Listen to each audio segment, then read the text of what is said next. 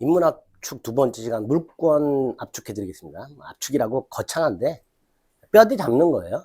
자, 물권은 14문제가 출제가 된다고 그랬고요. 청론에서 4문제, 보통 강론에서 10문제.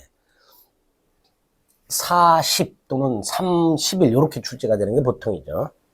총론은 물권 일반론과 물권 변동론 크게 두 덩어리가 있고요. 일반론에서 보통 한 문제, 변동론에서 두세 문제 이렇게 나옵니다.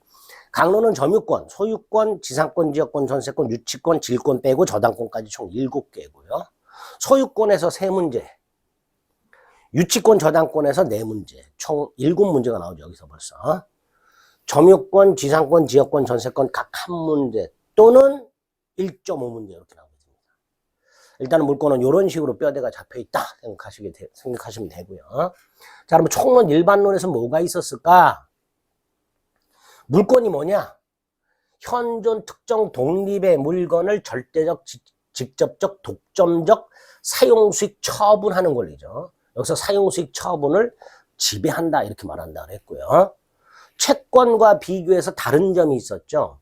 물권은 절대적 권리, 채권은 상대적 권리. 물권은 직접적 권리, 채권은 간접적 권리. 물권은 독점적 권리, 채권은 비독점적 권리. 이런 식으로 개념을 딱 특징을 잡아주시면 됩니다. 그게 첫 번째고요. 물권의 객체화와 관련해서는 일물일권주의라는 게 있었죠. 물권의 독점성 때문에 하나의 물건에는 하나의 물권만 있어야 된다는 원칙이고 그 예외가 있었죠. 특히 일필토지 일부나 일동건물 일부에 별도의 물권 인정되는 예외가 있었습니다. 그거 기억나시면 되고요. 물권의 종류와 관련해서는 185조 물권 법정주의라는 게 있었죠. 물권은 법률 또는 관습법에 의하는 외에는 임의로 창설하지 못한다 그랬죠. 이때 임의로 창설하지 못한다라는 것은 종류 강제, 내용 강제 두 가지를 의미한다 그랬습니다. 어쨌든 물권은 법률 또는 관습법에 의하는 외에는 임의로 창설하지 못한다. 물권 법정주의라는 게 있었다. 여기 정도는 기억이 나셔야 됩니다. 근데 물권의 우선적 효력이라, 일반적 효력이라고 해서 하나의 물건에 여러 개의 권리가 충돌할 때 어떤 권리가 우선하는가 이게 있었죠. 특히 물권과 채권이 충돌하는 경우 원칙과 예외를 나눠서 기억을 해 두셔야 나중에 임대차의 대항력이라는 걸 이해하실 수 있게 된다 그랬습니다. 현재 물권이 누군가에서 침해를 당하거나 방해를 당하거나 방해당할 염려가 있을 때 반환, 방해 제거, 방해 예방을 청구하는 권리가 물권적 청구권이었습니다. 자, 물권 일반론에서 이 물권적 청구권이 제일 중요하다고 그랬습니다. 한 요 정도, 4가지 정도 정리하시면 됩니다. 물권 변동론에서는 물권의 변동이 뭐죠? 물권의 취득 변경 소멸이죠. 그 물권의 취득 변경 소멸의 유형이 법률 행위에 의한 경우와 법률 규정에 의한 경우로 나뉜다고 그랬죠. 뼈대 잡으셔야 돼요. 그 다음에 부동산 물권 변동, 동산 물권 변동이 나오는데 부동산 물권 변동이 핵심이라고 했습니다. 그래서 법률 행위에 의한 부동산 물권 변동이 186조가 있었고요. 법률 규정에 의한 부동산 물권 변동이 187조가 있었습니다. 요거 해석하고 구별하는 거 여기 아주 중요하다고 했습니다. 물권 변동 과정을 외부에 알려라 공시의 원칙이고요.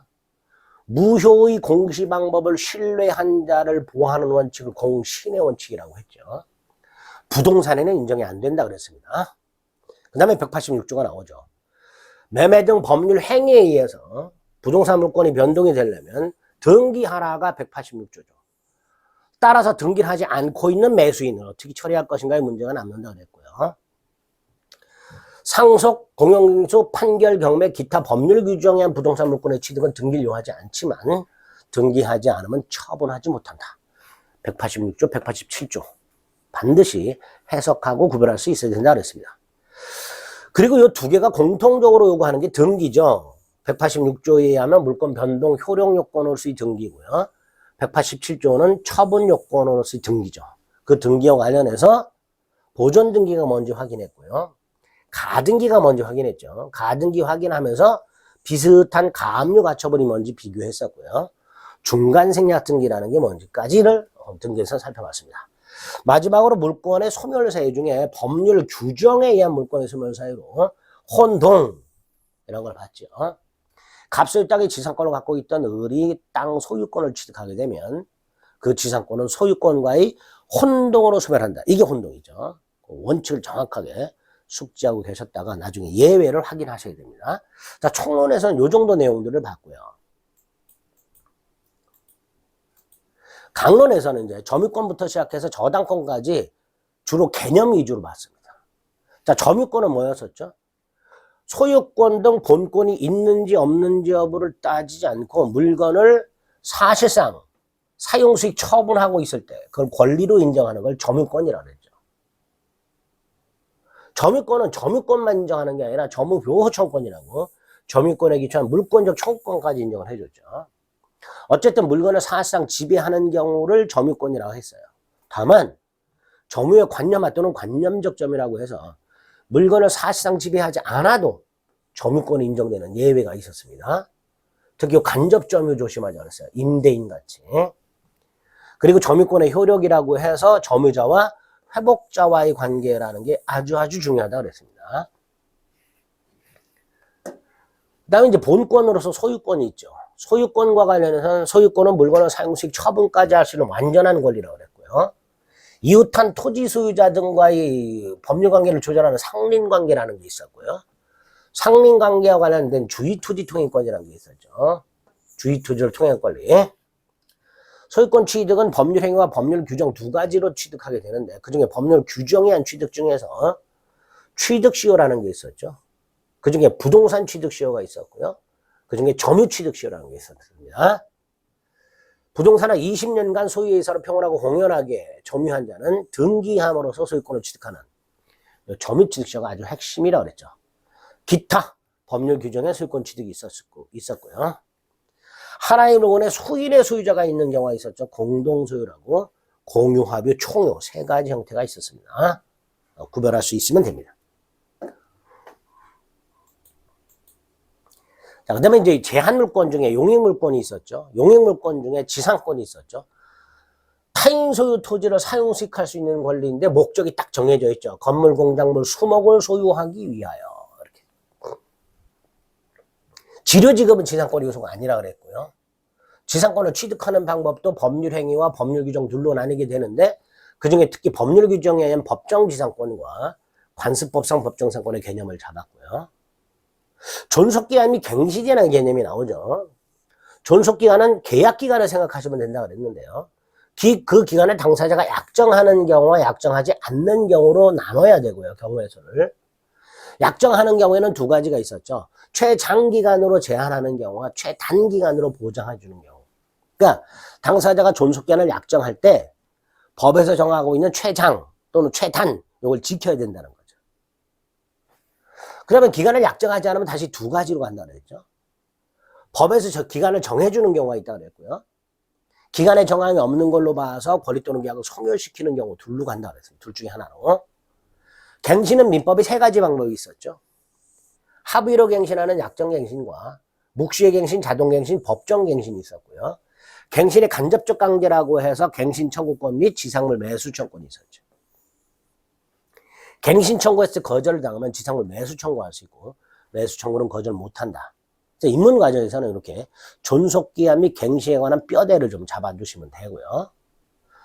효력과 소멸은 안 했죠. 특수지상권이라고 지표는 사용수익하지 않고 지하나 지상의 특정 공간만 사용수익하는 구분지상권과 타인 토지의 분묘를 설치하여 제사소 봉사를 위해 분묘 기지 및 주의 공지를 사용하는 분묘 기지권이라는 개념까지를 지상권에서 봤습니다.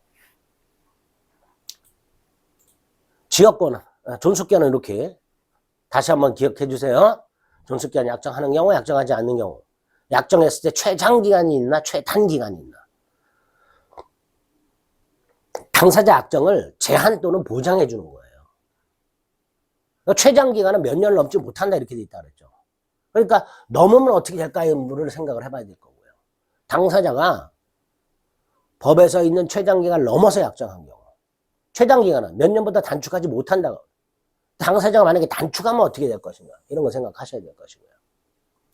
기간을 약정하지 않은 경우 두 갈래로 간다. 법정기간이 있는 경우 권리 또는 계약의 소멸. 약정갱신, 법정갱신, 갱신의 간접적 강제가 있고 주택임대차나 상가건물임대차 가면 갱신 요구권에 의한 갱신한 게 있게 됩니다. 됩니다. 존속기한 및 갱신은 우리 시험에 5군데가 나오기 때문에 뼈대를 반드시 이렇게 잡아두실 필요가 있습니다. 지역권은 개념만 봤죠. 예컨대 갑이 을과 계약을 해서 을 소유 땅의 통로를 확보해서 통행을 하고 있을 때 이 통로는 갑 소유 토지의 편익을 위한 통로라고 그랬죠. 이런 게 통행지역권이었었죠. 이렇게 토지가 토지로부터 일정한 편익을 제공받는 권리를 지역권이라고 그랬고요. 편익을 제공받는 땅을 요역지, 제공하는 땅을 승역지라고 그랬죠. 그래서 지역권은 요역지와 승역지 간의 관계다. 개념만 좀 정확하게 잡아달라. 그렇게 말씀을 드렸었습니다. 이렇게 이해하자 그랬죠. 지역권자는 일정한 목적을 위하여 타인 토지를 자기 토지의 편익에 이용하는 권리가 있다 그랬죠. 보통 2개를 예를 들었어요. 통행지역권이라든가 용수지역권 같이 갑이 을 소유 땅으로부터 통로나 물을 갑이 제공받는 게 아니라 갑 소유 땅이 갑 소유 땅이 을 소유 땅으로부터 통로라든가 물과 같은 편익을 제공받는 이런 권리를 지역권 이렇게 말씀을 드렸습니다. 의의를 정확하게 숙지하자. 그다음에 전세권이 있었죠. 전세권은 일단 우리가 흔히 알고 있는 아파트 전월세, 즉 임대차하고 다르다. 이건 전세권 등기해야 된다. 개념이 뭐였어요? 전세금을 지급하고 타인의 부동산을 용도에 따라 상식하고 나중에 전세금을 우선 변제 받는 용익물권의 성격과 담보물권의 성격을 모두 가지고 있는 권리라고 그랬죠. 법률 행위 또는 법률 규정을 통해서 취득하게 된다고 그랬고요. 여기도 존속기한이 나오죠. 자, 존속기한을 약정했을 때 최장 10년이죠. 10년 넘지 못하고 넘으면 단축하죠. 건물전세권은 최단 1년이죠. 건물전세권 1년 미만으로 정했을 때 1년으로 본다. 당사자가 기간을 약정하지 않으면 언제든지 전세권 소멸을 통고할 수 있도록 되어 있다. 이렇게 확인을 했고요. 합의갱신 얼마든지 가능하며 건물전세권만 법정갱신이 가능하다 그랬습니다. 전세권은 이렇게 의 특징과 존속기한 갱신 요거를 정확하게 숙지하자. 입문 과정에서. 담보물권은 2가지를 봤어요.